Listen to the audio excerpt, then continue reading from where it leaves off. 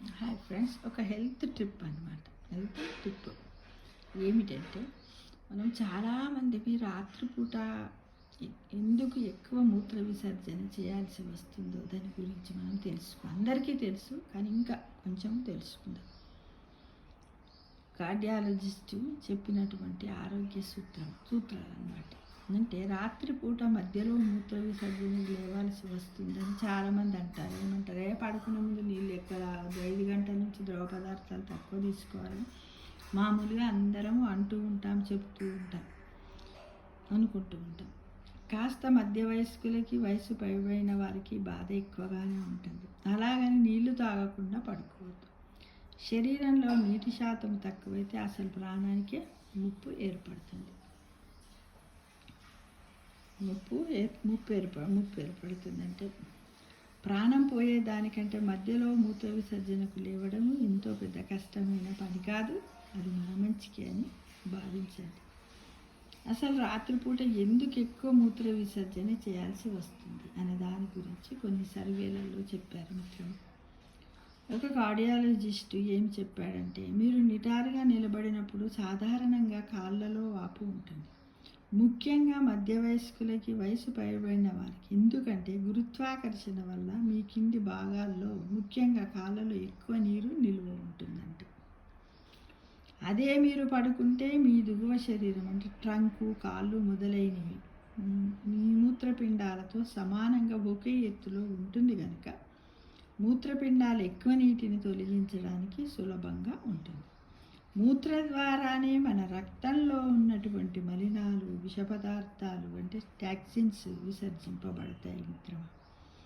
అటువంటప్పుడు నీళ్లు తాగడానికి సరియైన సమయం ఏమిటి, ఇది తెలుసుకోవడం కూడా మనకు చాలా ముఖ్యం. ఏ టైంలో తాగాలని. ఉదయం మేల్కొన్న తర్వాత 2 గ్లాసుల నీళ్లు తాగడం. ఎందుకంటే అంతర్గత అవయవాలను సక్రియం చేయడానికి సహాయపడుతుందట. ఈ మధ్యకాలంలో చాలామంది అయితే తాగుతున్నారు. ఏంటిది, గోరువెచ్చని నీళ్ళు తాగుతున్నారు. కరోనా వచ్చినప్పటి నుంచి భోజనానికి 30 నిమిషాల ముందు 1 గ్లాసు నీళ్లు తాగడం జీర్ణక్రియకట సహాయపడుతుంది. ఇక స్నానం చేయడానికి ముందు 1 గ్లాసు నీళ్లు తాగడము రక్తపు పోటు తగ్గించడానికి సహాయపడుతుంది అనే విషయాన్ని మనం అందరం తెలుసుకోవాలి. రాత్రి పడుకునే ముందు 1 గ్లాసు నీళ్లు తాగడం స్ట్రోక్ లేదా గుండెపోటును నివారించవచ్చట. తెలుసుకోవడం చాలా చాలా మంచిది. ప్రతి ఒక్కరు కూడా తాగిపడక. అదనంగా రాత్రి మధ్యలో నీరు తాగడం వల్ల రాత్రి కాళ్ళు తిమ్మిళ్ళు నివారించడానికి సహాయపడుతుంది. మధ్యలో మనం తాగామనుకోండి, కాళ్ళు కొద్దిమందికి తిమ్మిళ్ళు వస్తూ ఉంటాయి, నరాలు గుంజుకొస్తూ ఉంటాయి, అవి తగ్గుతాయి అన్నమాట. కాళ్ళు కండరాలు సంకోచించడం అంటే కుంకర్లు, చార్లీ హార్స్ లేదా దూడ తిమ్మిరి అనే రోగం మన శరీరంలో నీటి శాతం తక్కువైనప్పుడు వస్తుంది. రోజంతా సరిగా నీళ్ళు తాగడం వల్ల ఈ రోగం రాదు. అంటే మనం మేలుకగా ఉన్నప్పుడు శరీరానికి కావలసినంత నీరు తాగేస్తూ ఉండాలి. ఒక కార్డియాలజిస్ట్ మాట్లాడుతూ, ప్రతి